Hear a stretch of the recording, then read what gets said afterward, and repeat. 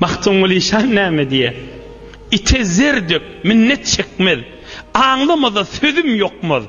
Göňlüň isteyen işler çıkmaz, nan ýagsy kärsiz erdendi. İte zerdök, minnet çekmez. Anlamada sözüm yokmaz. Göňlüň isteyen işler çıkmaz, nan ýagsy kärsiz erden. Yani ite zerdük minnet çekmez. İte altından bolan sini bilen nahar goýuwyny onu park etmeye. O tofragy tabagy tasyn äbilsin. O sünkü ise boljak, o eti ise boljak, ewne oklanan zat ise boljak. Onu sen tala goý, tala bilen gapda goý, gumu okla onu park yok. O karnyn oýursa boljak. İte zerdük minnet çekmez. Anlamada sözüm yokmaz. Özüm bilýän diýip kulak asmajak adama bugürüňle atsan ýokmy ýa ol adamlara? Göňlüň isteyen işler çıkmaz, nan ýagsy kärsiz erdin.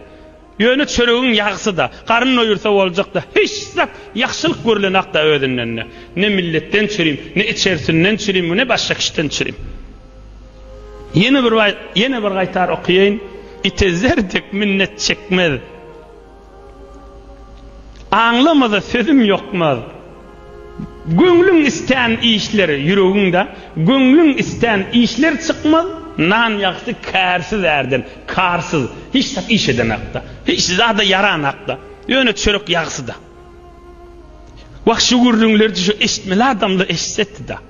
Şu erheleýiň arasynda, şu ogul-gyzyň arasynda, şu enataň arasynda, şu hemkarlyň arasynda, o şu müşkil ahlakyň içinde giretip duran adamlar eşseydi kän zatly hal boljak da. Nämen eteginde Resulullah aleyhissalatu vesselam'ın murabbileň başy bolan, hoş ahlaklyň başy bolan, ibadatda kamil ibadat etmekde tek bolan Allah'ın söyün bendesi, serdar alem bolan, gözümüzün nuru bolan, başımızın tacı olan Muhammed Resulullah aleyhissalatu vesselam'ın buyruğunun eteğine, ahlakının eteğine, mehabbetinin eteğine, güler yüzünün eteğine.